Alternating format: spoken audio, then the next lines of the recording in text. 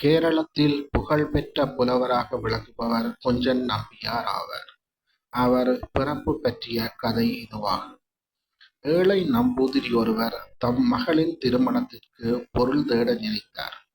பல ஊர்களுக்கு சென்று உதவி கேட்டார். ஓரளவு பொருள் சேர்ந்தது. தன் ஊருக்கு புறப்பட்டார். உயர்ந்து நின்ற கோபுரம் அவரை அழைத்தது.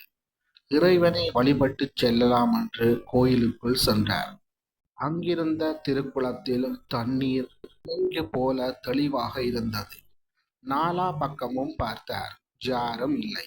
நீராடிவிட்டு செல்லலாம் என்று பணப்பையை கரையில் வைத்தார். குளத்தில் இறங்கினார். குளிர்ந்த தண்ணீரில் தன்னை மறந்து நீண்ட நேரம் நீராடினார். கரையேறிய அவர் பணப்பையை காணாது திகைத்தார். பாடுபட்டு சேர்த்த பணம் திருடு போய்விட்டது என அழுதார். புலம்பினார். அந்த ஊரிலேயே தங்கினார். அவர் மகளின் திருமணத்திற்கு பணம் சேர்த்தார். 2 மாதங்கள் சென்றன.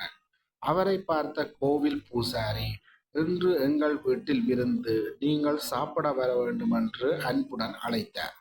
அவரும் பூசாரியின் வீட்டிற்கு சென்றார். பூசாரியின் மனைவி அவருக்கு உணவு பரிமாறினாள். சாப்பிடத் தொடங்கிய அவர், அம்மா, என் மகளின் திருமணத்திற்காக பணம் சேர்த்தேன். அந்த பணப்பையை கோயில் குளக்கரையில் வைத்துவிட்டு நீராடினேன். என் கெட்ட நேரம், பணப்பை திருடு போய்விட்டது. மகளின் திருமணத்திற்காக பணம் சேர்க்க அல்லாடுகிறேன் என்று நடந்ததை சொல்லி புலம்பினார். அறைக்குள் சென்ற அவள் கையில் பணப்பையுடன் வந்தாள். இது உங்கள் பணப்பையா, பாருங்கள் என்றாள். என் பணப்பைதான் என்று ஆர்வத்துடன் வாங்கினார் அவர். அதில் இருந்த பணத்தை எண்ணினார். சரியாக இருந்தது. அம்மா, இந்த பணப்பை உங்களிடம் எப்படி கிடைத்தது என்று கேட்டார். நீங்கள் குளத்தில் நீராடி கொண்டிருந்தீர்கள்.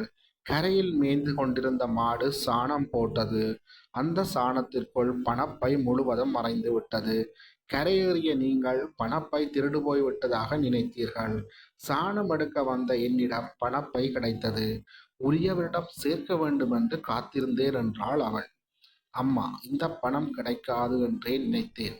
இதில் பாதி பணத்தை உங்களுக்கு அன்பளிப்பாக தருகிறேன், பெற்றுக்கொள்ளுங்கள் என்றார் அவர். எங்களுக்கு எதுவும் வேண்டாம். உங்கள் மகளின் திருமணத்தை சிறப்பாக நடத்துங்கள் என்றாள் அவள். உணர்ச்சி பெருக்கில் தன்னை மறந்தார் அவர். அம்மா, அடுத்த ஆண்டு உங்களுக்கு ஒரு ஆண் குழந்தை பிறக்கும். அந்த குழந்தையால் இந்த நாடே புகழ் பெறும் என்று வாழ்த்தினார். அவர் வாழ்த்தியது போலவே அவளுக்கு ஒரு ஆண் குழந்தை பிறந்தது. அந்த குழந்தையே புகழ்பெற்ற புலவர் குஞ்சன் நம்பியார் ஆவார். அவரால் கேரள நாடே புகழ் பெற்றது. தோன்றிப் புகழோடு தோன்றுக அகுதிலார், தோன்றலில் தோன்றாமை நன்று. இதே போன்ற கதைகளை நீங்கள் தொடர்ந்து கேட்பதற்கு எங்களுடைய சேனலை லைக் பண்ணுங்கள், சப்ஸ்கிரைப் பண்ணுங்கள். அத்துடன் பெல் பட்டனையும் கிளிக் பண்ணுங்கள். உங்களுக்கு உடனுக்குடன் கதைகள் கிடைக்கும்.